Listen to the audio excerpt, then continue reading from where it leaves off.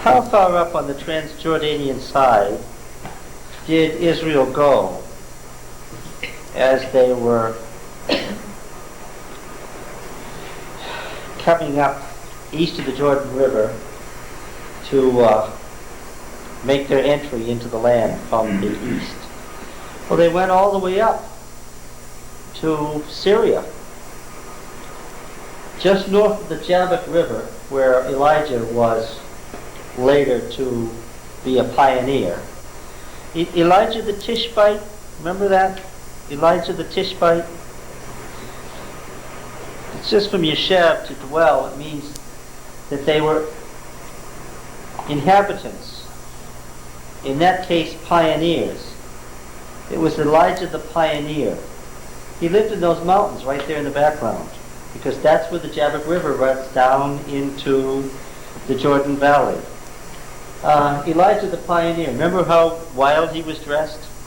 And he came to the luxurious court of Ahab. He was a mountain man. He was dressed like a mountain man, and he came to this luxurious court. Get the picture? Now, this site here is the city of Geresa. Geresa is a very old city, and this is the Roman portion of it. You may remember that Jesus spent 6 months in the Decapolis region. The Decapolis were 10 independent cities east of the Jordan River that served as a semi-independent administrative district that the Roman government used as a buffer on the eastern end of the empire. So this city was a Roman free city. You remember that Jesus went to Geresa, of the country of the Gerasenes in the Gospels. If so, he probably saw this very amphitheater at the center of the city. This was the gathering place of the citizens where all the public stuff was conducted. There's the temple of Artemis, somewhat the worse for wear, up above there on the hill. See that most of it is falling down the hill from successive earthquakes and destruction.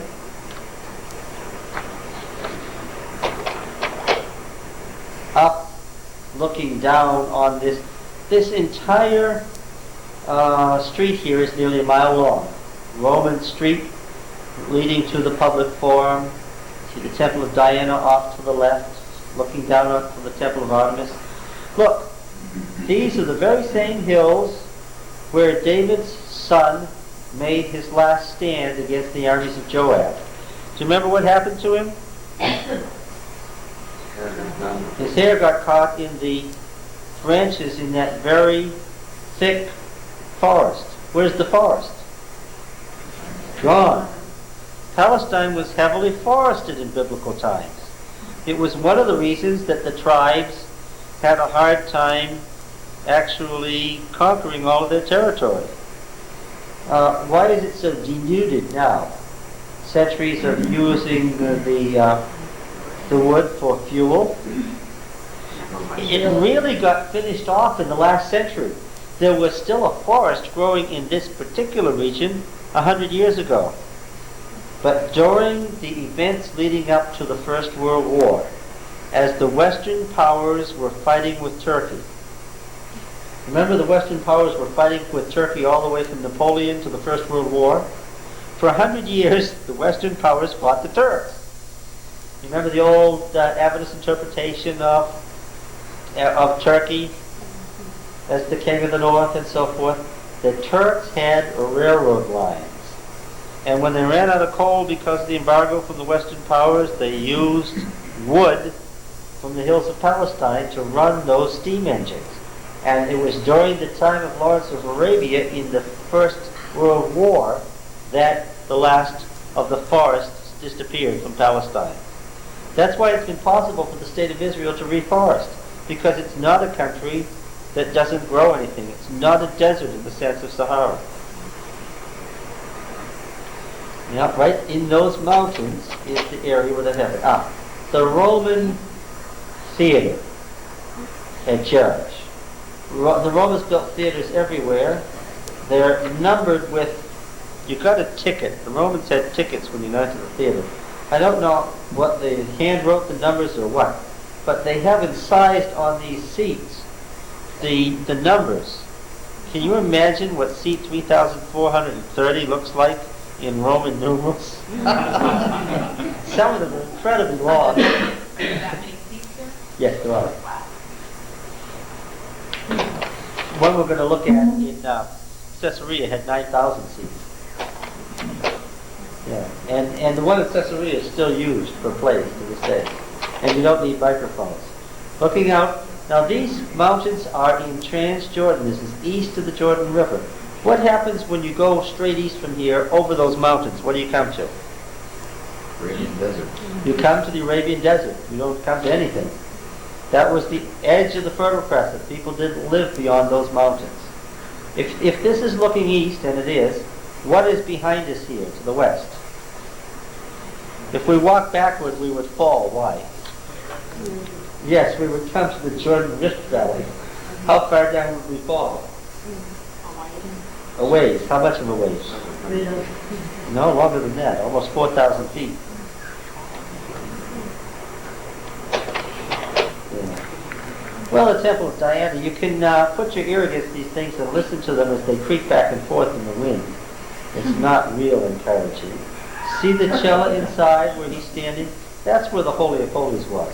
These Greco-Roman temples were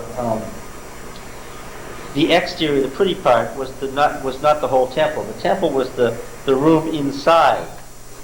That was the sacred precinct. This outside was just to cover the sacred precinct. What caused these things to break loose? Earthquakes. Yes. It's a land of earthquakes. Earthquakes are one of the constant plagues and threats of judgment in the Old Testament because this Jordan Rift Valley again is where one of the two plates of the earth are pulling apart. So naturally what you expect at such an important point. Expect to see earthquakes. Here's an early Christian church from the 3rd century with a mosaic laid down by a man who has given us an inscription there on the left, asking the Lord to remember his good work in providing for this floor for the church.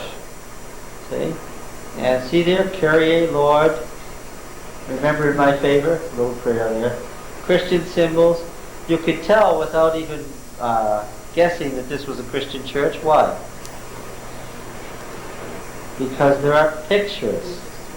It's not a synagogue and it's not Arabic. Why? It's got pictures of things. As soon as you get pictures, you know you're in a Christian church.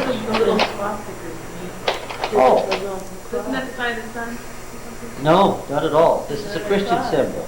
That's the cross. She's pointing out the swastika at the bottom, right there. There's one in each one. I think you may not have known this. The symbol of Christ's rule over the world in the late Roman Empire was the orb with a cross on it. And the orb was decorated with swastikas, which was a Christian symbol that came into existence about the 2nd century. It was a symbol of the bent cross, the four corners of the earth, a symbol of Christ's rule over the four corners of the earth.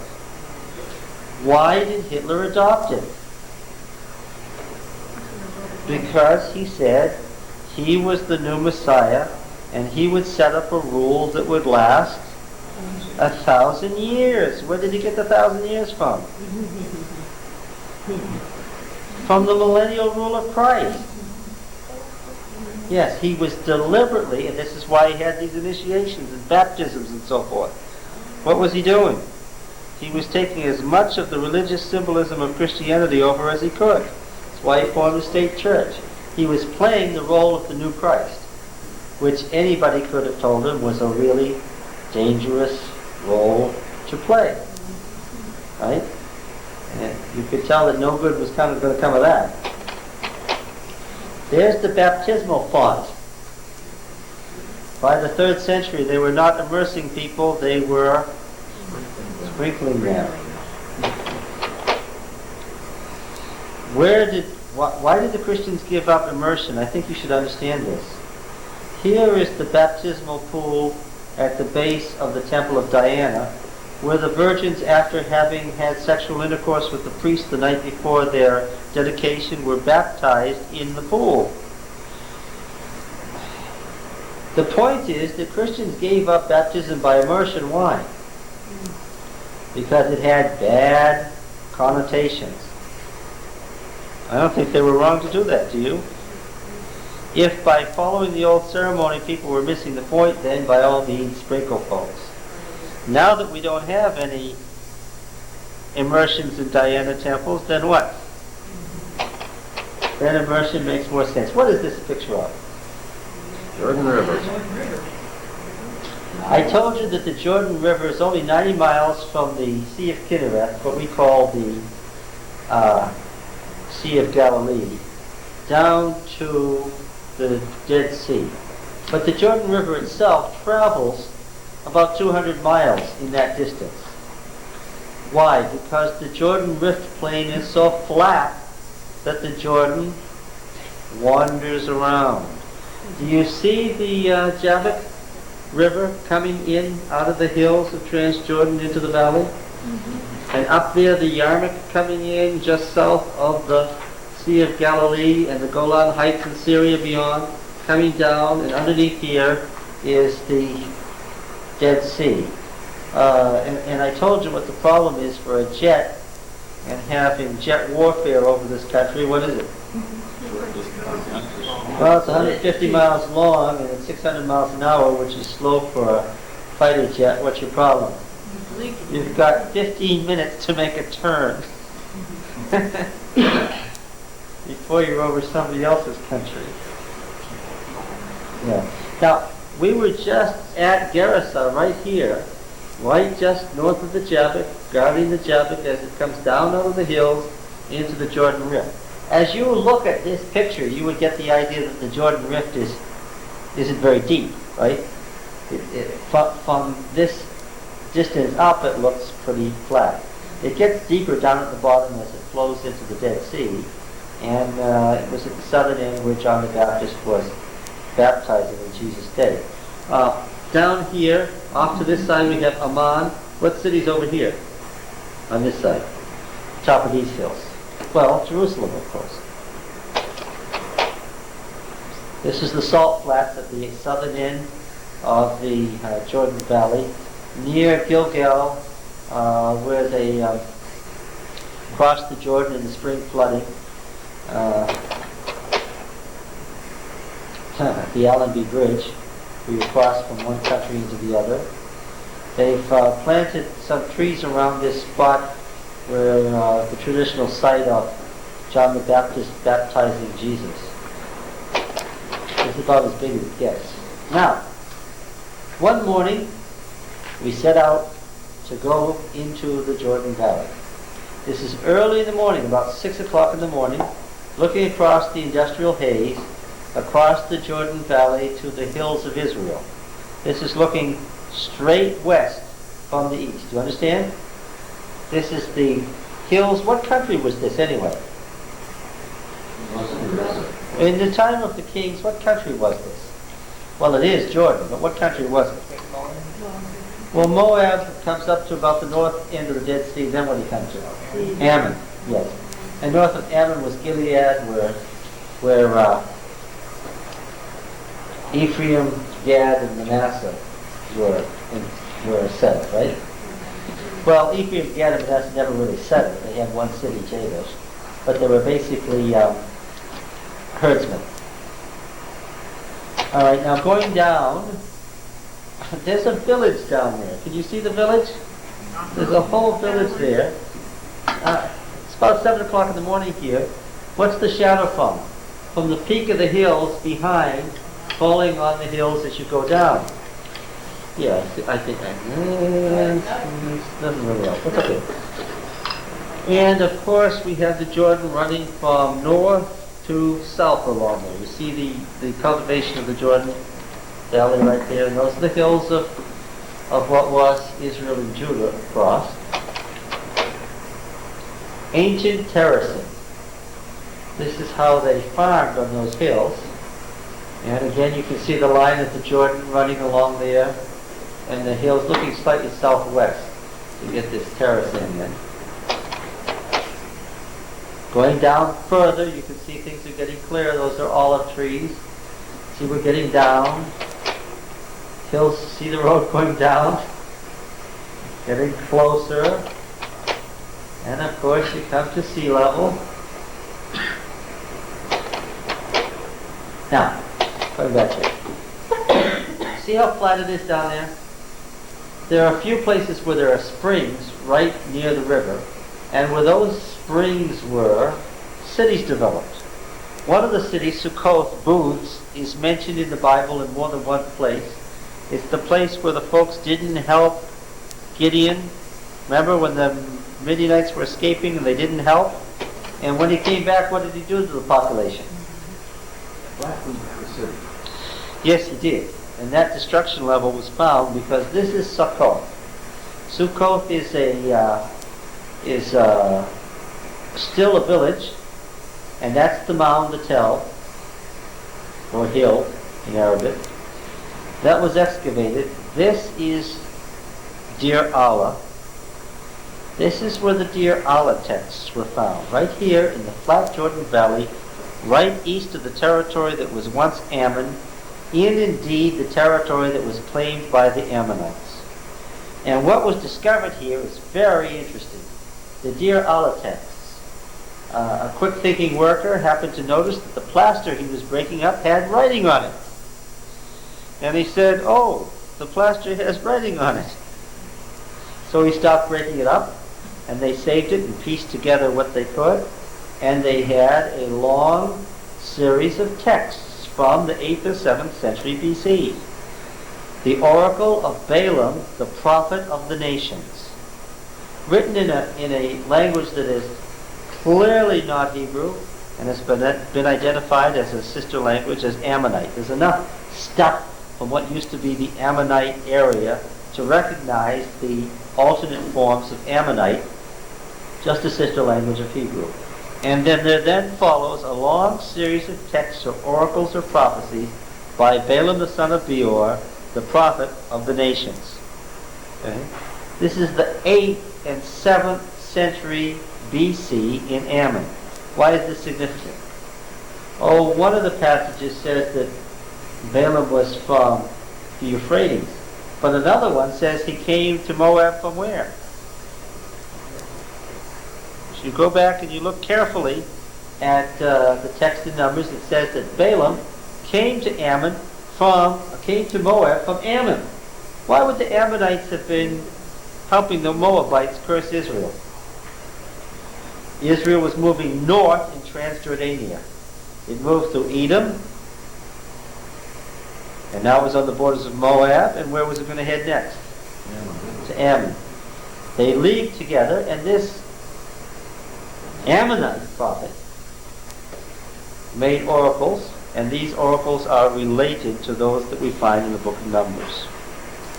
The Deir Allah text. You can find in the Biblical Archaeologist, 1990, I think, the whole translation of the Deir Allah text. You can read the whole oracles of Balaam that were found here in what was probably Balaam's home city, Sukkoth. Related to why our man, P, in the 8th century, put them into the book of Numbers. Are those tents there? Yeah. Tents? Yes. Those are Bedouin tents. A third of the population of Jordan is still Bedouin.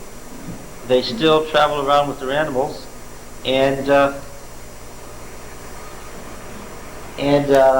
a separate law. There's a law of the desert and a law for settled folks. And we have seen that mixture in the Bible. Remember the covenant codes that we saw in Exodus 21 to 24? Yes.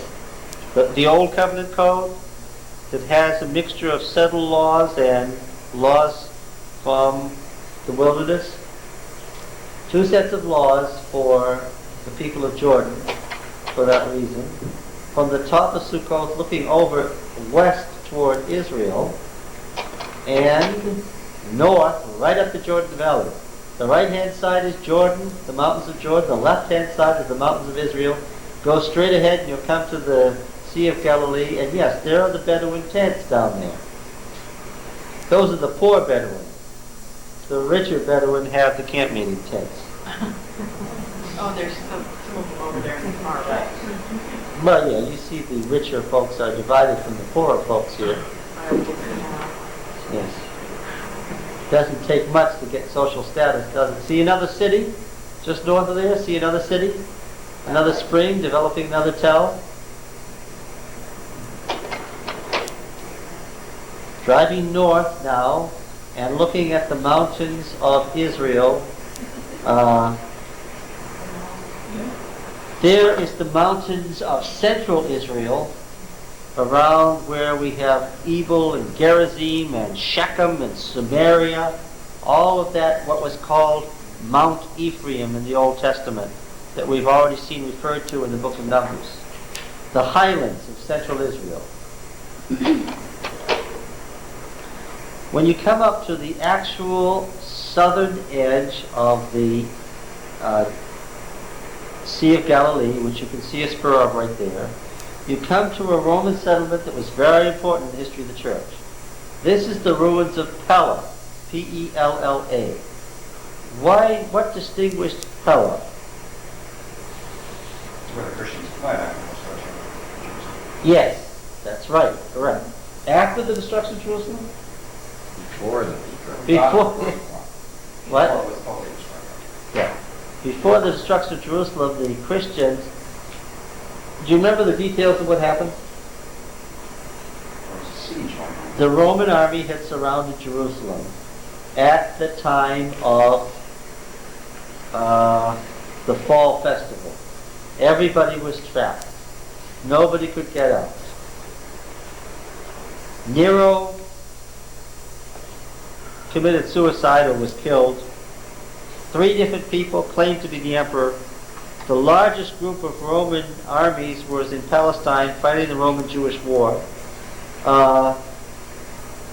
As a consequence, the armies in Palestine proclaimed their leader, General Flavius, to be the new emperor.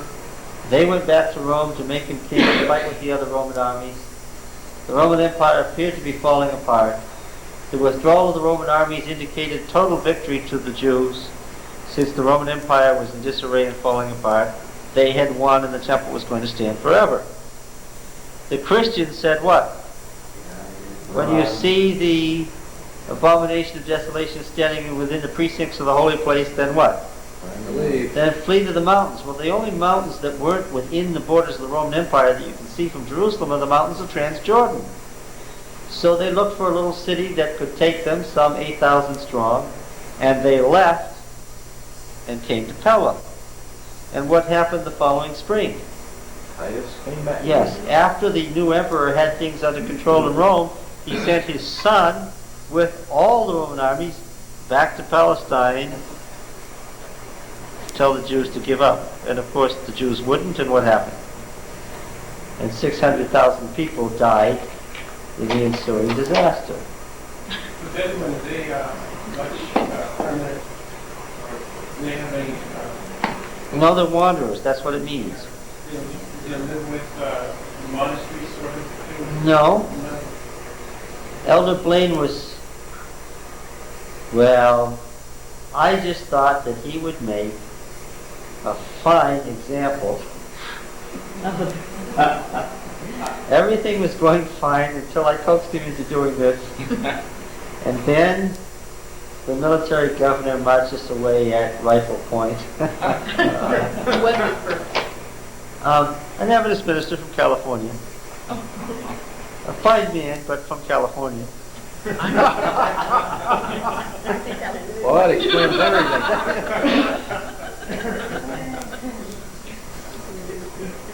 We extracted from these people permission to pass through the checkpoint where they send everybody back, to go as far north along the Gore Canal, the lowland canal built by the American government to bring water from the Jordan and the Yarmouth rivers to the plain of the Jordan Valley. And to our amazement, we came upon a river. And we realized, looking at the map, that there could not possibly be any river in front of us except the Yarmuk River. And if that was the Yarmuk River flowing out along the southeast side of the Sea of Galilee into the Jordan, then those were the heights of Golan, and we had left Jordan proper, and we're now in no man's land between Israel on the left, Jordan on the right, and Syria straight ahead. And then somebody said, that's why it's that color. I understand now. And we said, what color? He said, that's the color that napalm makes everything. That's napalm gray. Yes. Well, then we noticed, we got out our binoculars and looked up here just to see if we were wrong. And there were all the gun emplacements, and we could see the Israelis looking down on us. Well, it's a bright orange school bus, and it said, Amman 7th Day Avenue School. So we figured, we got this far. The best thing not to do would be to turn around and go back. Maybe we'll just proceed slowly.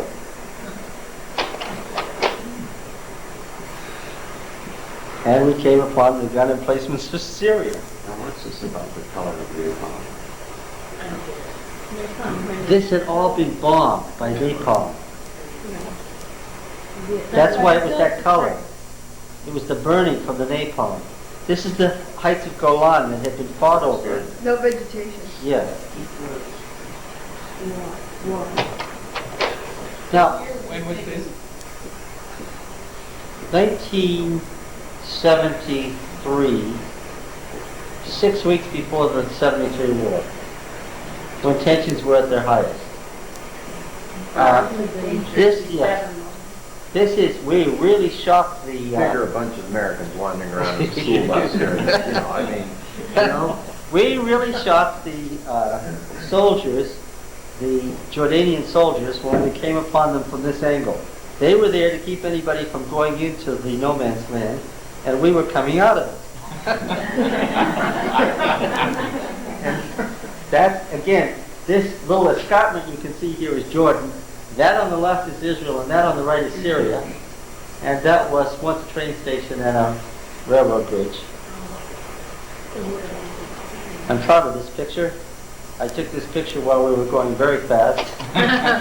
Did the train go through a tunnel there or something? Yes. Okay. And when you get high enough, you can see the Sea of Galilee off in the distance.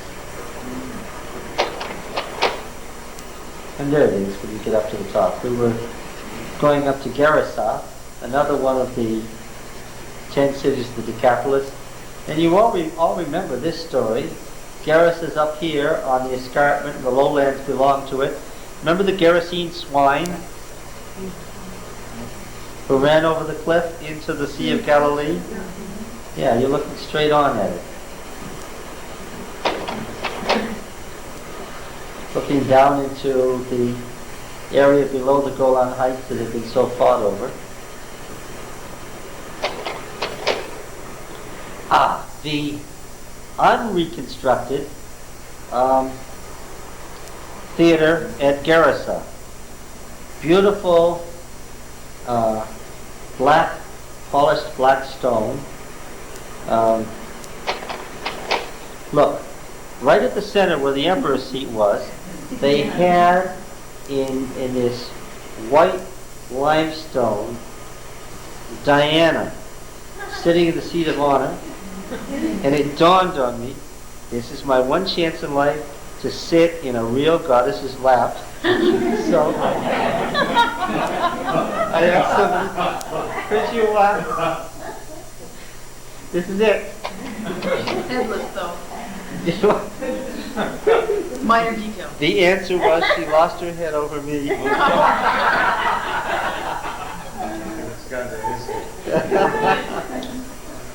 This pool was where they washed the dead before they buried them, right outside the burial niches down below in the this is where the university was. This site is just now being excavated. In the early Christian centuries, 4th, 5th, 6th, 7th century, there was a great university here.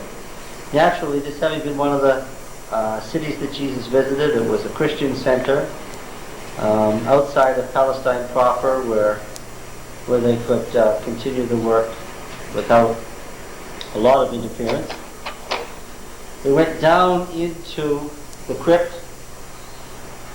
We took out a sarcophagus, and the bone specialist at Heshbon wanted an example of a human bone to study. So we took the upper portion of the legs. Now she could determine from that whether it was a male or female, how tall the person was, how old the person was, what the person had probably died from, and so forth. Then we replaced the lid of the sarcophagus and carefully slid it back into place where we found it, to leave the archaeologist, knowing that the site was slated for excavation, to leave the archaeologist to puzzle over that one. Perfectly articulated skeleton with its upper leg bones missing.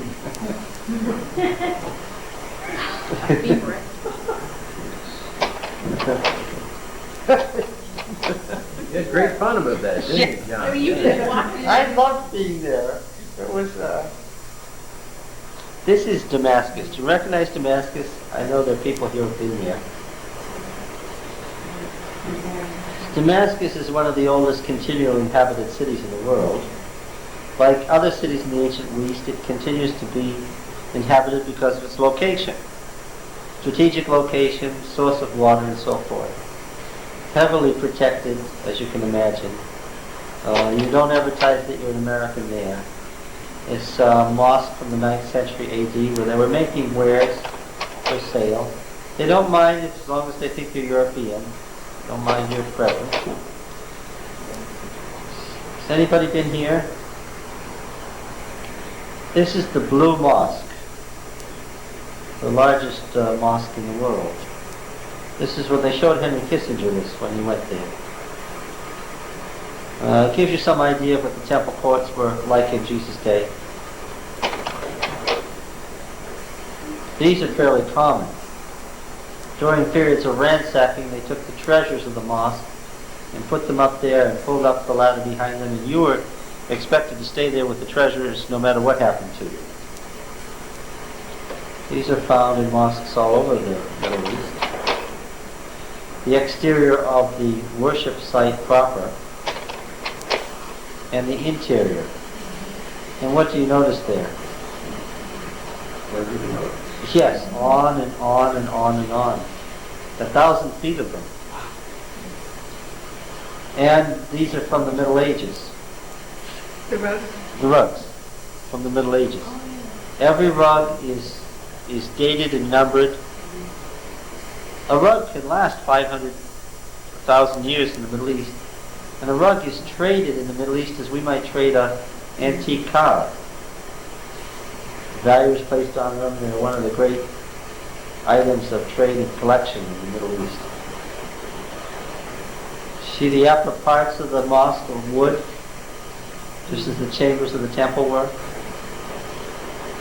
And all of these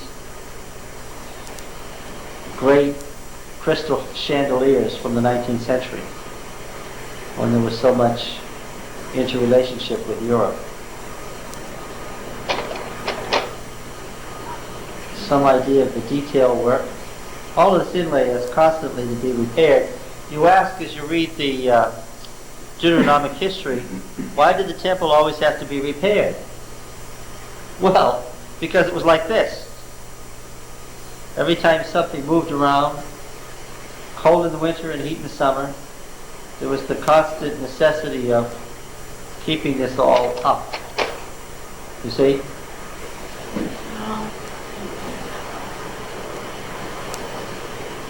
Tile type thing? Pardon? Is that tile type? Tile, yeah. Tile and granite and little pieces of ivory inlay. Little small pieces. Outside you see the city. Damascus is famous for its souk, its market, its covered market. There's the Roman entrance into the city. I like this. This is the modern city market. with the medieval mosque and the Roman entrance. So you'll get 3 different periods into that picture. And also be able to buy some wonderful things cheap. I had this picture in my pocket from 1954. Now we knew that if you could get to the Roman gate, you could probably find the street called Straight with its lower courses of work from the 2nd century BC. We knew the traditional site of the house of the bishop who baptized Paul, but how to find it exactly we weren't sure. But we were told that if you go to Damascus and carry your cameras around your neck and say that you're Europeans but don't admit to being Americans so that you're safe, just stay where you're visible and somebody will come get you. So we did it, and 2 little boys came up, 8 or 9 years old, and said, "Pardon, sirs, would you like to see the holy places of the Christian religion?" So we figured this was it, and we followed them. And after about 40 minutes of walking, we came to the place that we had in the picture. And they were very sweet and told us all about St. Paul and being baptized and the things falling off his eyes. I mean, they knew the stories. And they asked us if we wanted to see the section of the wall that hadn't been destroyed where Paul was let down in the basket. Yes, we'd have to go some distance. And off we went. How much did you have to give them? What? How much did you have to give them? $6. That's all they asked for. Little orphans from the Catholic orphanage. And what these, there's the old picture of it. And what these nuns were doing was training these boys in the stories. They knew the Old Testament stories too. Training these boys in the stories of Damascus and setting them out to collect the Christian tourists and take them around. And you ended up at the convent where you got to pay your donation. I thought it was great. Yes, I was perfectly willing to. These are the 2 little. Yes. Yep. Now they would be, Yes. The bus station. No. This begins a whole new section. Going south from Amman, down through the area of Moab, the tableland of Moab, down to Edom. We were going to go down to Edom. Now, folks, this was the first camel I'd ever seen outside of a circus. And I almost drove off the road, which is the King's Highway, which is just American road paved over the old King's Highway, to stop and get a picture of this camel. The camel was molting. And the Arab guide got so excited that he was screaming in Arabic because he was so excited. If he had stopped to think that I didn't understand and spoken to me in English, he could have explained to me that camels are dangerous and nasty animals, and when they're molting, they're known to bite off people's hands and noses and ears and not to go anywhere near it. But I didn't know that that's what he was shouting about. I thought he was excited to see a camel as I was.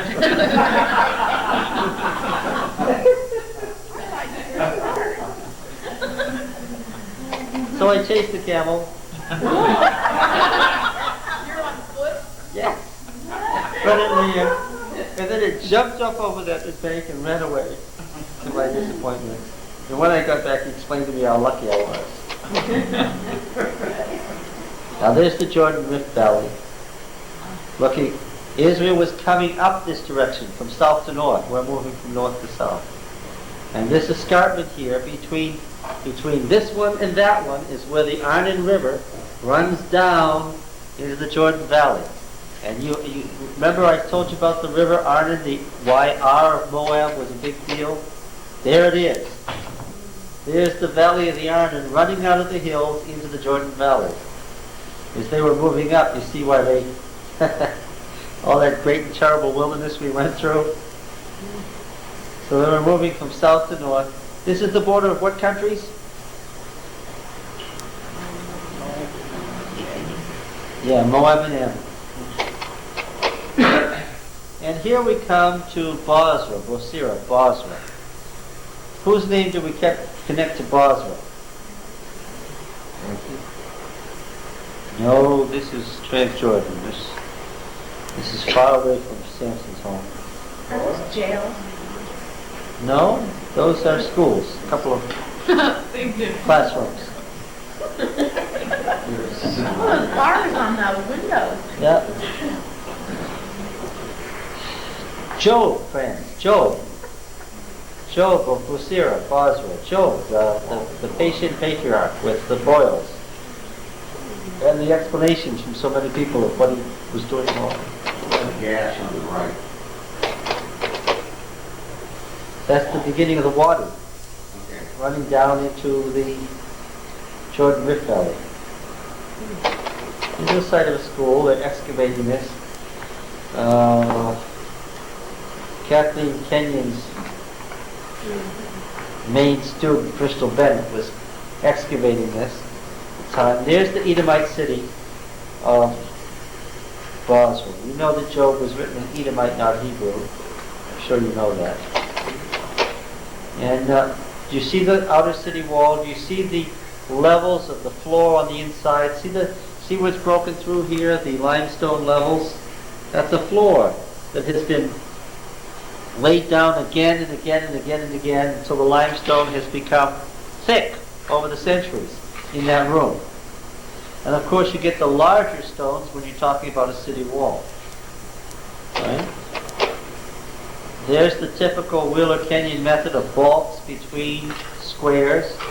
Very typical of how an ancient city is excavated today. We leave the vaults standing so you can see the strata. There's the city gate. You had to come out the side of this cliff and along the cliff to enter the city gate for obvious reasons. What was that? So you couldn't rush the gate.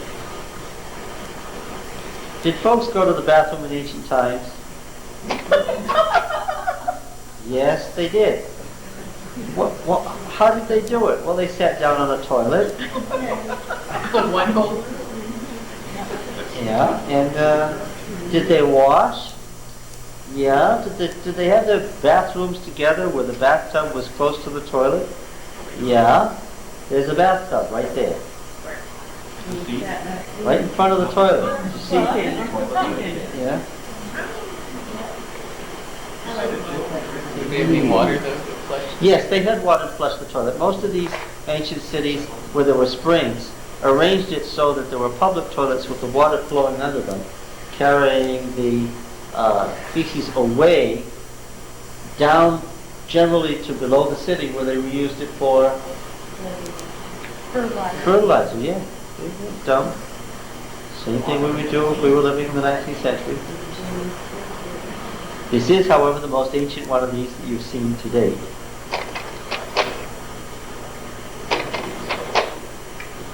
Kerak, on several of your maps, the fortress city rebuilt by the Crusaders as a great fortress castle of the Crusaders for their Crusader kingdom of Jerusalem.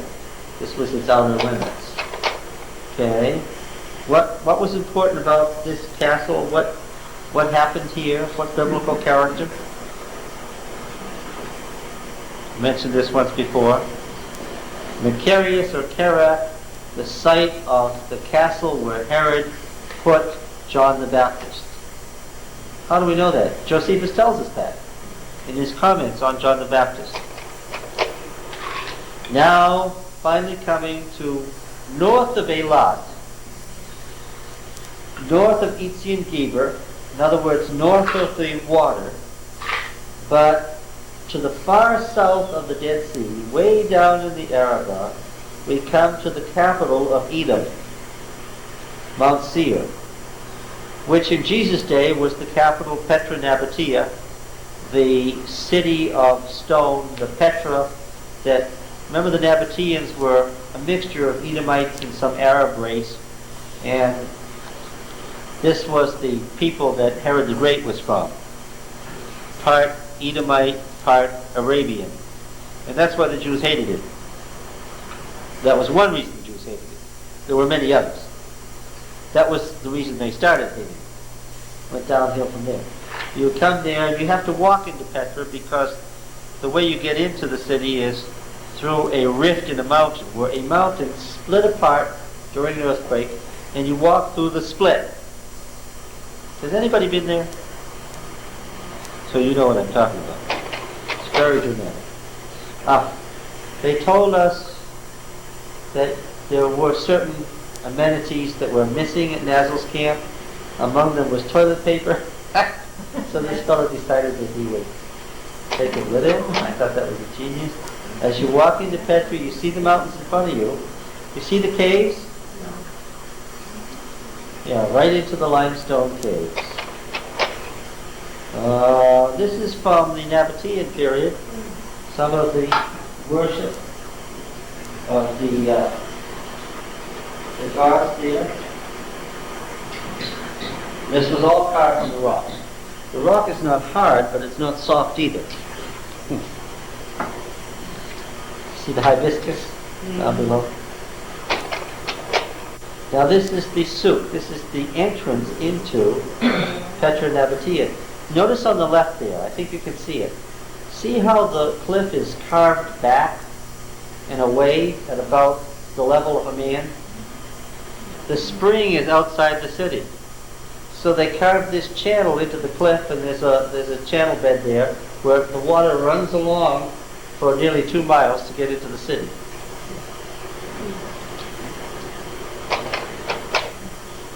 I think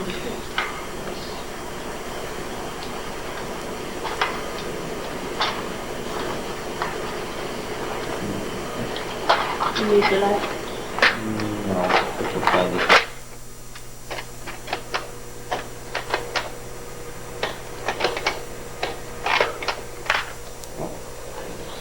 Lost a slide.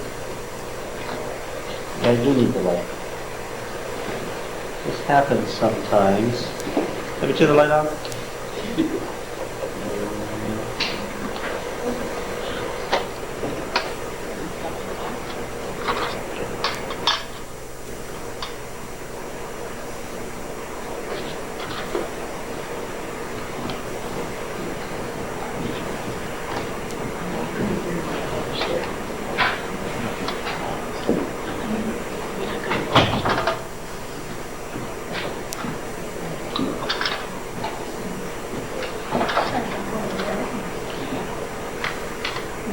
You know what happens if you don't get the little thing over the... Let's see what happens.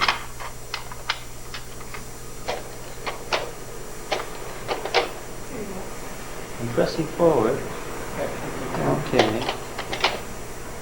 I don't know why we don't have a thing with it. Sorry. Okay, turn the lights out.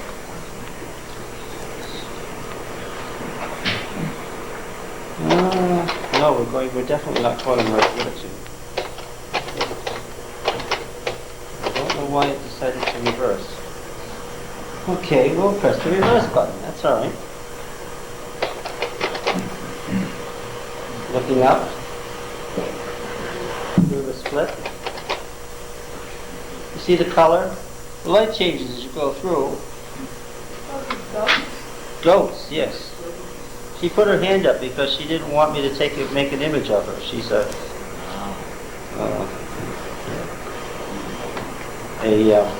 good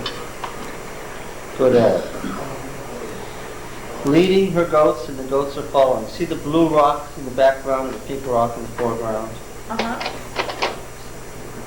Well, he's got the goat by one of its horns, and he's pulling it up and it's screaming. He's pulling it up so that they can eat that bush up there. And one's already forgotten its travail and is already up there eating, and the other one's waiting for its elevator. I don't know, he's looking at it, I'm not sure. After about a mile and a half, you see the famous Rose city of Petra, the treasury. When you came in here to trade, this is where they stopped you to pay your admission tax. This is where the real transfer of money went on. Yeah. Right out of the cliff. Now you see the size of it. See the top? And what kind of, is that Yes. quartz? What is that? What is it? Stone is that? Yeah. It's a rose sandstone. Yeah, that's carved from the cliff. This isn't inserted. That's what those handholds are up there. This is looking from the inside out from whence you have come.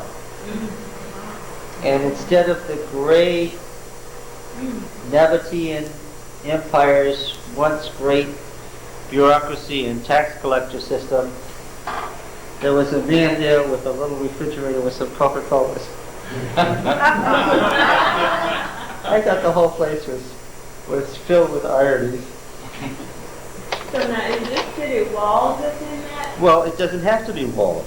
No, I mean, It's in a ring of mountains. Yeah. Okay. That's it. That's what I'm asking. Yeah. Is it just a small area then? No, it's not a small area. It's huge. Yeah.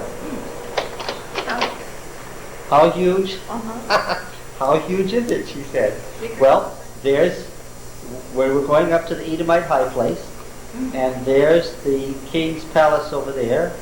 There's about 1,000 rooms, and there's some of the rings of the far side of the ring of mountains. And you notice the steps on the right-hand side. We were going up. And then you get to the Edomite high place. It seems to be very well preserved. Well, it's dry. Plus, thank you.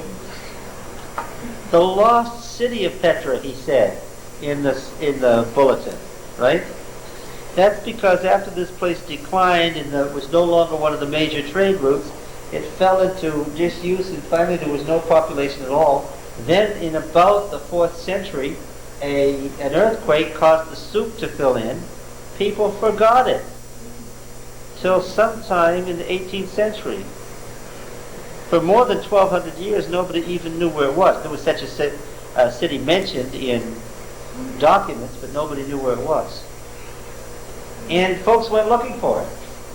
And, for a city this big, 300,000 people at its height, to be lost for 1,200 years is a big deal. Yeah.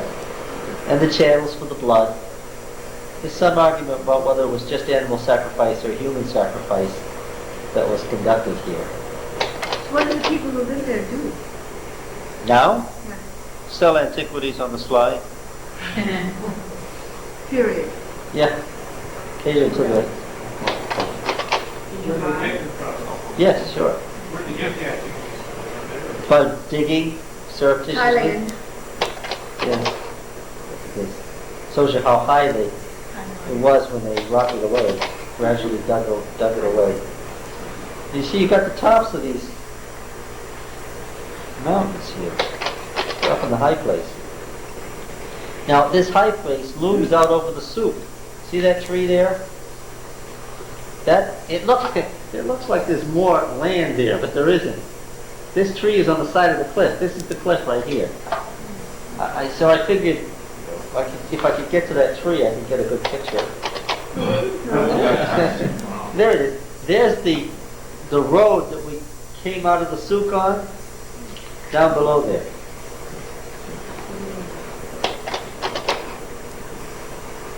There's the capital of Edom.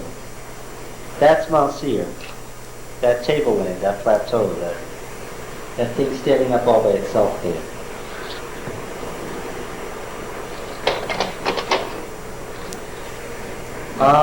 Do you see? The installations of the city are at the top. The installations of the much later Petra are down below. Can you see them? These are shops and stores, and this is the downtown section of Petra. Downtown.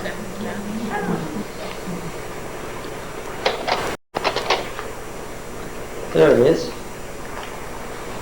King Amaziah of Judah marched 17,000 people off the top of that.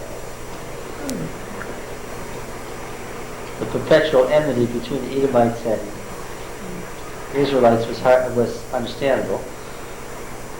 These installations at the base over there are not small. Ah, an inscription in Edomite. Ah. Some idea of the wearing of the sandstone. Once in a while it rains and you can see how the rain wrapped the stone around and dried it. I took one of those little, see, you have to be to the southwest to understand this. I went to the airport and I got some of those little whiskey bottles or liquor bottles that they on the airplane. Then I needed something to collect. See the yellow there? Can you see all the different colors in this stone? There's yellow, there's blue, purple, white, some real reds and browns and so forth. I thought I'd make one of those things like they have in the Southwest with all the different colors, you know? Yeah. And I still have it. It absolutely came out wonderful. But I needed something to collect the sand in. So it happened that on the hotel outside of Petra, they had packed lunch for the American tourists. And they had put the lunch in baggies. So I took everything out of the baggie, so without telling anybody, you understand, so I could collect all this different sand. And I was very careful to collect the sand in private. Yeah. Because when it came time to eat, you know what had happened to this food that was no longer baggied? There was lots of serious complaints about these foolish Arabs having made this food and not having wrapped it. Stole everybody else's day. Well, there's lots of different colors of stone. I wouldn't take part in that kind of negative conversation. You have always been I very just kept my naughty. mouth shut. Some of you will recognize Hester Thompson, on the way down from the high place. The famous urn tomb. I don't know why. My picture of the tomb from the inside out came out. My picture of the tomb from the outside in didn't come out. So you'll have to trust me when I tell you that this tomb is built in the shape of an urn. But there is something good in the picture, and there's the high place and there's the tree.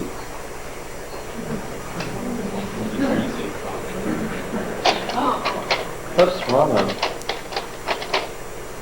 Downtown, in the main road to Petra. After having told us that there was no way that you could get there but walking, a Jeep turned up. Something suspicious going on there. What's that? Navigating gate. That's a better picture of it. You see the palace over there on the left? That was the king's palace. In Petra, you lived in the stone. How did they light with the little lamps? Yes, sure. They were automated trade route. This was the center of a great empire. They had plenty of olive oil and so forth. Do you remember this picture? I showed you this picture before. Temple of Artemis on the left. The base of the Mount Seir, right here. This is the base of it. The tent straight ahead. Remember I told you about Nazel's camp? Run by the Philadelphia Hotel.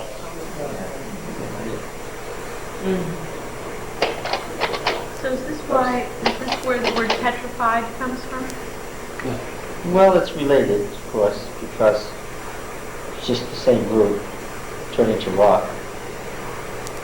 At Deir, the so-called monastery, actually a treasury, high up in the mountains, one of the highest installations in Petra,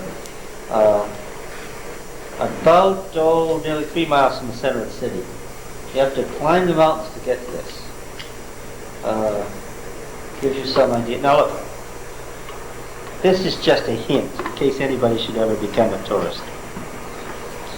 I was there with a Roman Catholic priest who taught at a Catholic university in southern New Jersey. It was only a very small party of people because this isn't, even though Petra is sort of a tourist site, it's not a place where there are mobs of people. Only a very small number of people go here. On the back wall, spray painted on the back wall of this installation was Spicer Memorial Cemetery and College. That was embarrassing.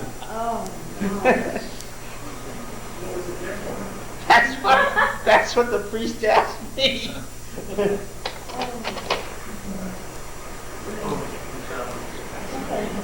You carved in the living rock. You see up there at the top? How about that, huh?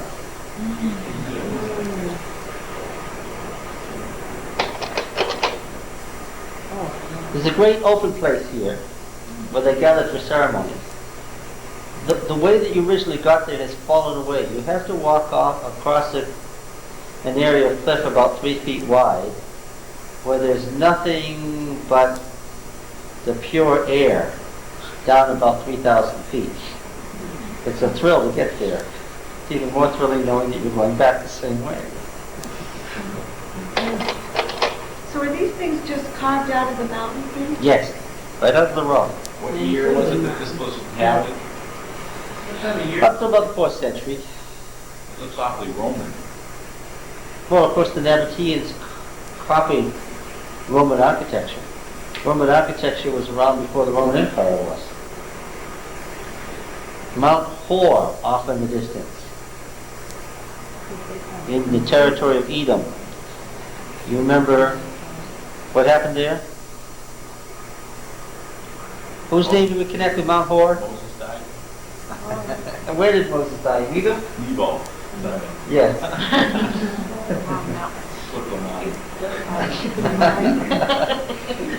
Well, Greece slept too. What? Elijah. Where we are here. Maybe I better give quizzes on a more regular basis. The alternate. No. Who died here, I'm asking? Mount Hor.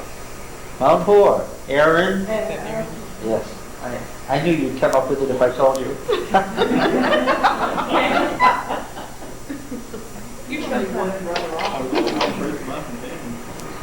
Oh, that's the way we came to Edir. You head off down that way across the cliff there and you get down in 3 miles to the center of Petra. The sun was obligingly setting over Mount Hor. We stayed all afternoon so that the sun could set over Mount Hor. Only late in the day did it dawn on us that if we stayed for the sun to set over Mount Hor, we'd be crossing the cliff in the dark. So where are we now? Where is Mount Hor in this? It's right just 10 miles or so from Mount Seir, the capital of Edom. What's the closest name of the town on there? Seir.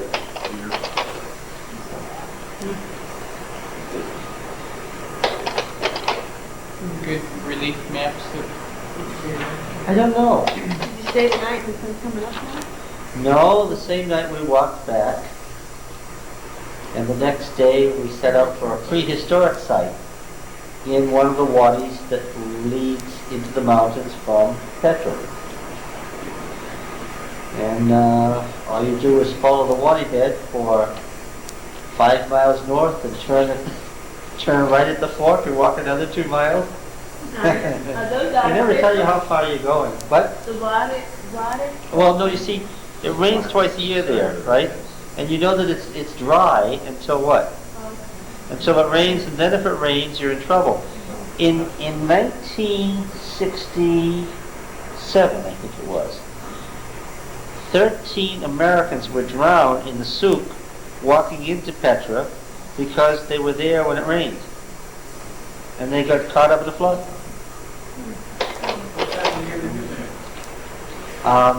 When was this? July or August. These houses were built without tools. This is a Stone Age site. And they have those round houses that are typical of Europe, where you put the reeds in between the base of the round houses and then you attach them at the top to make something that looks like a beehive. I know you're impressed with my highly technical explanation. There you go, the picture.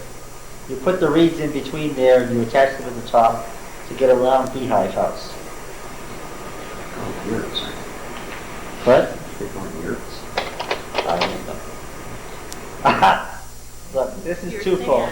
There's my sand. No one knows It's that. my baggies. And those are all stone mortars that have been found on the site. They were all collected and put in one place by the archaeologists.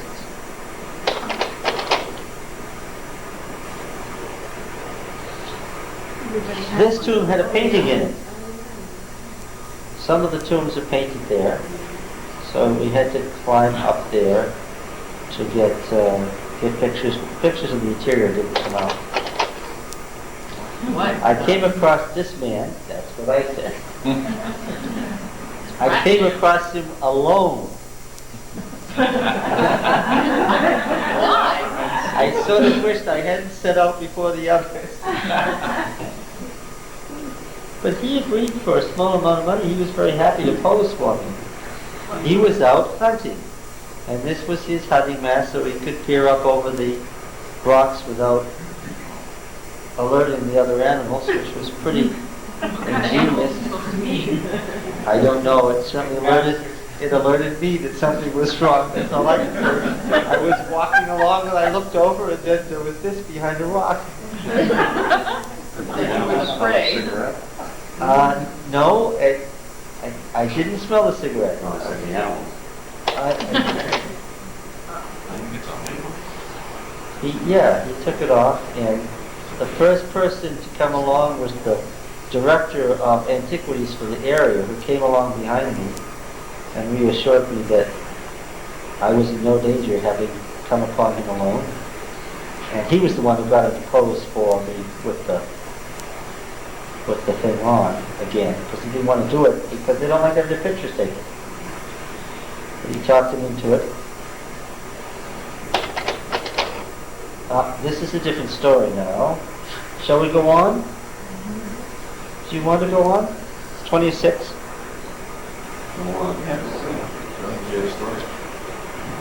Can anybody tell what this is? Of Jerusalem, yeah.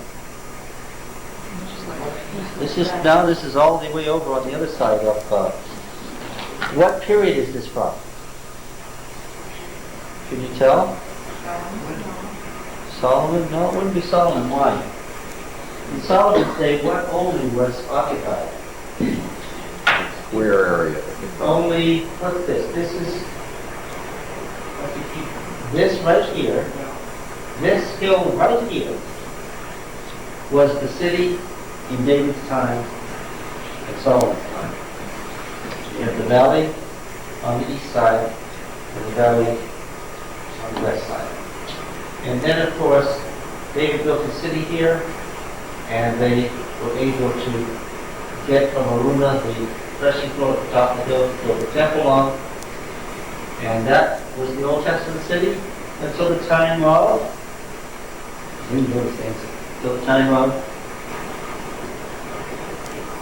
when did the city expand? Not so. No, when did the city? Hezekiah, why? It grew 4 times larger because of all the people coming from the north. And it crossed the Tyrolean Valley and included the western hill. Okay? Now, of course, that whole temple was destroyed, that whole city was destroyed, we'll look at some of that. And then, of course, the temple was rebuilt under Zerubbabel. And then you have the New Testament city that developed The temple was rebuilt again by Herod up on this platform. And the wall went roughly this far south, encompassed most of the Old Testament city. What's this right here? The aqueduct. This is the famous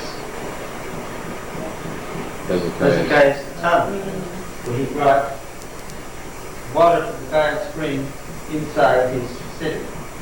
And this is New Testament Jerusalem then, with the Roman fortress that guarded the temple, Tower of Antonia, and the temple complex, per se. The higher western hill with friezes where the wealthy were like the high priest. And what is this here? On the main road from Caesarea, the northwest entrance of the city was the site of Golgotha, the place where Christ was crucified. Yes. There's then another the one Romans- down there, what? Set across on Bozra. And that's the Church of the Holy Sepulchre. It's where Christ was buried, inside the city. And then the Romans built yet another wall. See, the city couldn't be attacked from this side or this side. Why? Because it was low. But up there, what? Coming along here from the northwest, there wasn't a great height, so what did the Romans do? Well, first of all, they had fortified the temple itself. There's a fortress separate unto itself. Then they fortified the city. And then they put another wall around the outside of the city on the northern side. Because that was the side where there was a plateau. This wall was 140 feet high, like 40 feet into the soil. Why did General Titus say we can't take the city? Because they Why did he say that? Because it was a Roman city. And what? They had built it to protect the temple. Why did the Romans build the city to protect the temple? Well, again, what have I said so often about that temple? That temple was very, very important. Why? It's very important to the Romans. The Roman emperor had sent the marble from Italy, with which it was sheathed. It wasn't just that it was being rebuilt by Herod, the friend of the Roman emperor. Why was the temple in Jerusalem the temple par excellence in the Roman Empire? Why was it the temple that they had more interest in than any other? Someone say what the situation was as regards to Jewish religion? The Jewish religion was a legal religion. It was licensed to exist because even though it was a hated religion, why was it hated? Because it was monotheistic. What does that mean? Same thing we talked about in Old Testament studies. Unlike any other religion, the Jewish religion was exclusive. You could worship any of the Greek gods, Egyptian gods, and Roman gods and move around with no trouble. Why? They were all the forces of nature. You could worship them under any name. There was no exclusiveness. You could worship as many or as few gods as you wished to. The thing that made the Jewish religion hated was its exclusiveness. It was this and nothing else. That's what was important. However, in the 500 to 550 million people in the Roman Empire, somewhere between 10 and 15 million were Jews. What did that mean? That meant, ironically, that this small, exclusive, and hated religion was important because what? Because it was also the biggest religion in the Roman world, ironically. And as the largest religion in the Roman world, it had only one temple, which made the temple what? The largest temple in the Roman world.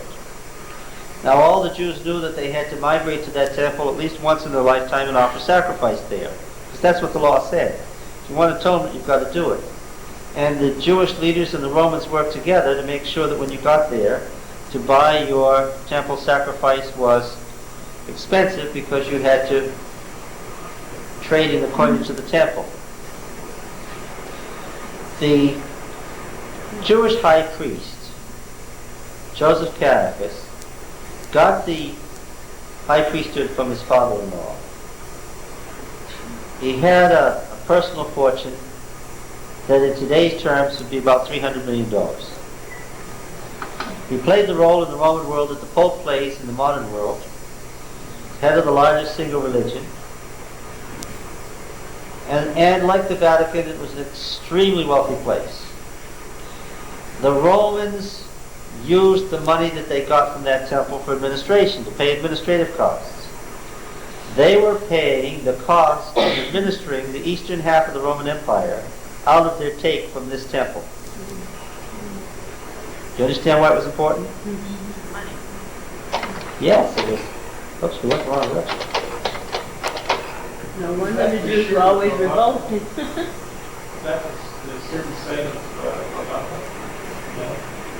Now, crossing the flats at the southern end of the Jordan Rift Valley, going west across the Jordan River through the no man's land, you come to the hills of Israel. See the line of trees there? That's the Jordan River. Cross it and go up the old road, and what do you come to? Yeah, well, you come to Jericho first. Then you go up about halfway, you come to an old site that was a trading site halfway between, in the foothills, halfway between Jerusalem and Jericho. It's an inn. It was in existence in the days of Christ. What inn is it? Yes, it's the inn of the Good Samaritan. You understand that the Good Samaritan was not a parable. It was Jesus' comments on a recently well-known event. Nope. And as you come up the road, which roughly follows the old Roman road from Jericho to Jerusalem, you see the hills of Jerusalem. And there's the Mount of Olives off in the distance. And here we are on the top of the Mount of Olives, looking back down toward Jericho and the Jordan Rift, and in the haze to the other side is the mountains of Transjordan where we have been. So when Jesus sat with his disciples at the top of the Mount of Olives and said, "Then let those who are in Judea flee to the mountains," what mountains was he speaking of? The mountains that they could see. In case you're wondering what mountains the Adventists should flee to on the Pampas of Argentina, that isn't what he was talking about.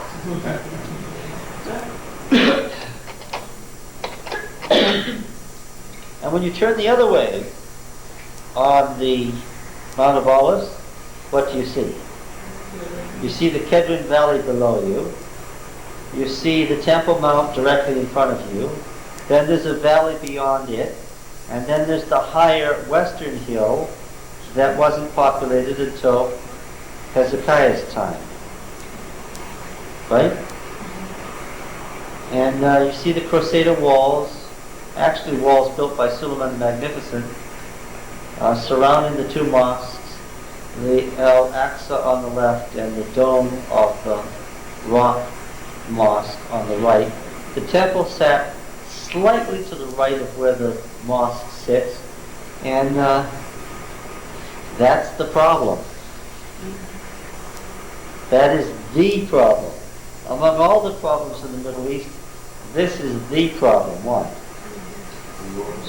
Mecca, Medina, and Jerusalem, the three holy sites of Islam, the third holiest site in the world, the mosque from which Muhammad ascended to heaven, and to which he will descend to earth at the end of earth's history.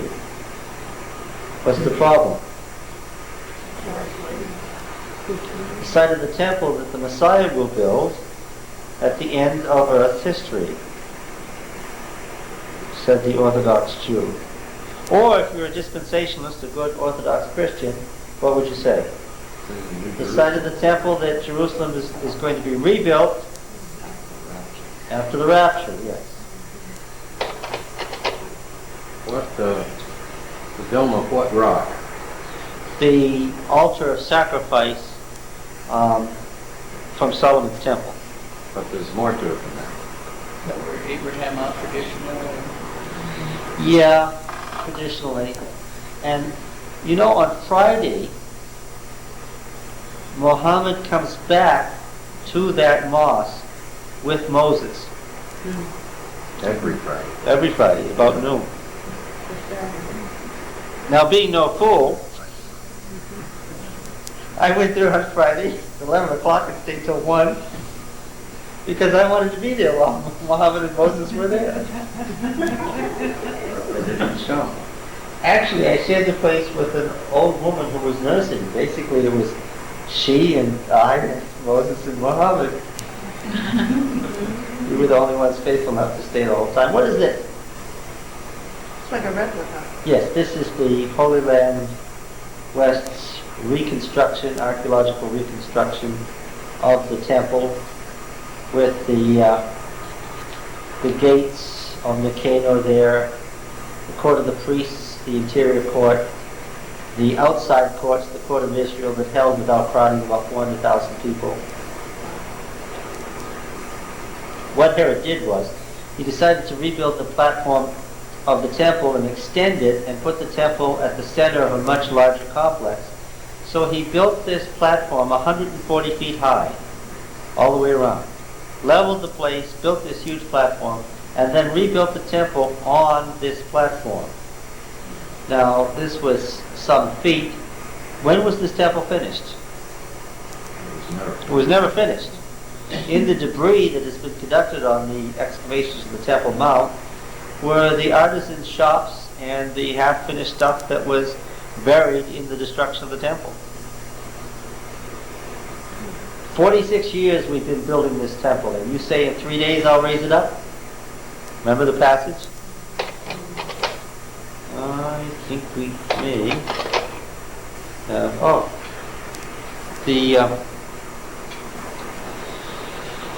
Looking out from the Temple Mount to the Mount of Olives. Of course, this is the Kedron Valley down below, with the Garden of Gethsemane in it. This is what it looked like in 1954.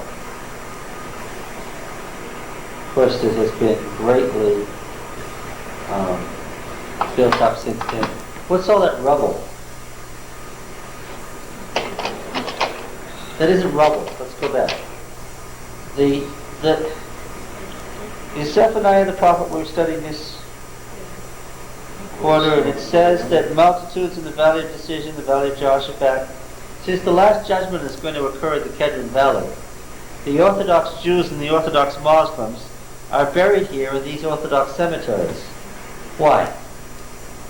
Well, since the last judgment is going to occur there, on the east side of the Temple Mount, and since that's millions and millions of people waiting to go into paradise, the logical place to be buried is what? It's right there so that you can get at the head of the line.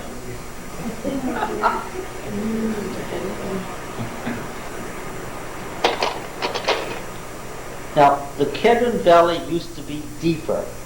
It is filled in over the centuries. It was a much sharper, deeper thing once upon a time. This is the northern end of the Kedron Valley, where below Mount Scopus, where it starts to deepen and lengthen. It's the Mount of Olives on the left and the Temple Mount going up to the mountain on the right, going straight south. And as you go south along the Kedron Valley, there was once a river here. It's not there anymore. And it led down to the site of Gehenna, right? Hell, where they conducted the human sacrifices. I worked hard for this picture, folks. I had to pay $3 to an Arab to get him to allow me to take a picture of his field, and it took me an hour to get all the debris out of his field so I could take this picture. I didn't notice that till after I got home. I don't know how it happened. I'm sure the tire wasn't there when I took this picture.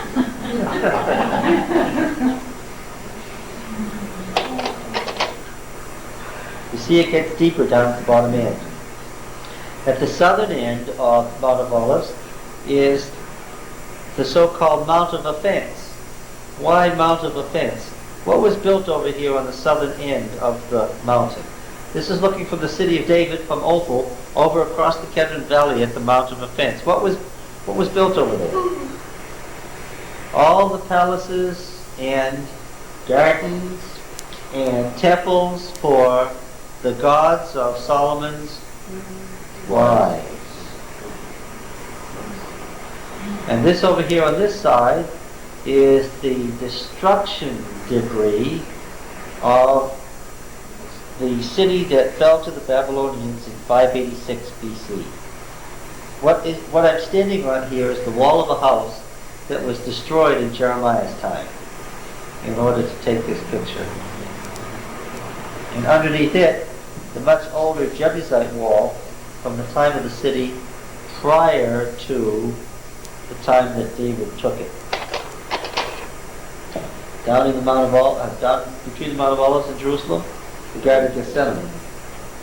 Is this the olive tree under which Jesus wept? Could be. They are that old. They're that old, but they're not that tree. Why? Didn't that wither up? Did it wither up? Have You you don't withered- laugh at everybody else who says something wrong in here. That's a, and the dogwood is red because Christ's blood dripped on it, and so Yes. forth. Yes. No, those are legends, pious legends. Look, there weren't any trees there after Jesus' day. No trees at all. Why? For about 20 miles around the city, there wasn't a single tree or piece of wood left standing, according to Josephus. Why? The Romans used it all for siege works and crosses. And how many folks were they crucifying? About 2,000 a day. And why did they stop crucifying them? Because they ran out of wood. Why not reuse it? They did. But olive wood splits. Oh, you can only nail so many people. That's right. Before, it is no more. Oh, I put that picture in. Yeah. Unfortunately, it doesn't look like that now because they built a modern city around it. The hill back there has got apartment houses on it, about 10 stories high.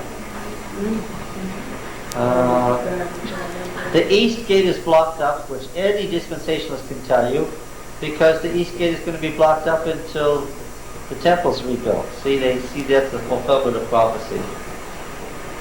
Has nothing to do with the Arab-Israeli wars, of course. No. The east gate, as it appears in the wall, in the reconstruction based on Josephus' description, in the leading up from the valley. Now, when Solomon built this, he had a staircase all the way from the Kedron Valley right up to the temple, 300 steps up. Now look, the platform is still there, folks. The temple got raised, but that platform that Herod built it on is still there. You dig down into the dirt, what do you come to?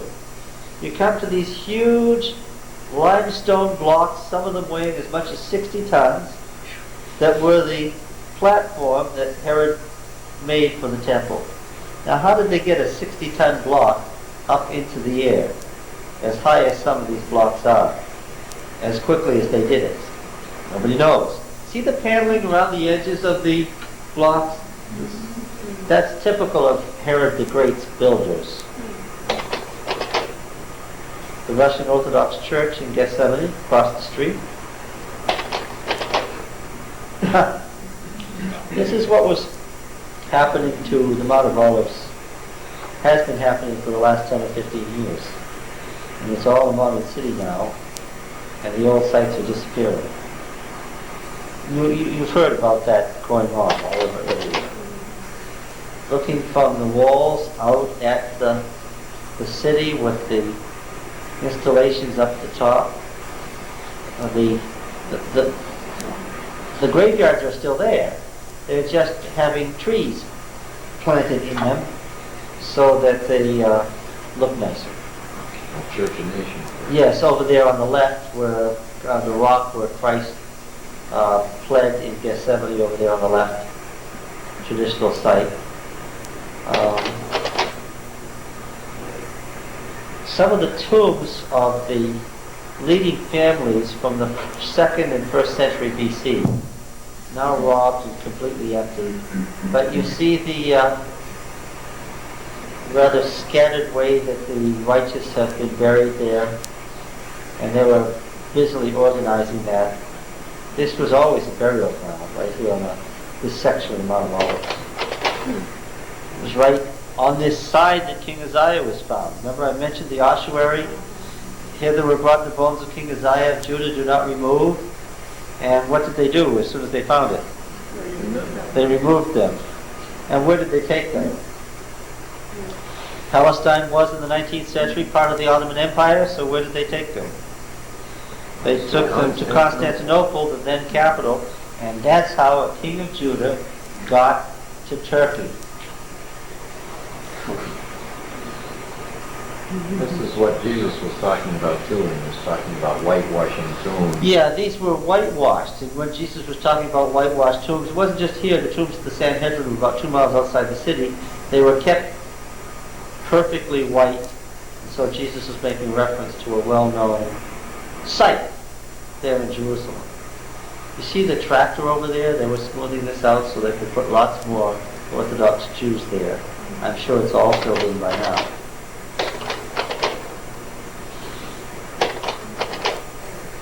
Well, the hole is tomb robbers. They thought there was something in there. And I think that may be it. Yep. Yep, this is where we started. All right. We'll have much more to say about the city of Jerusalem next time. When is the vacation?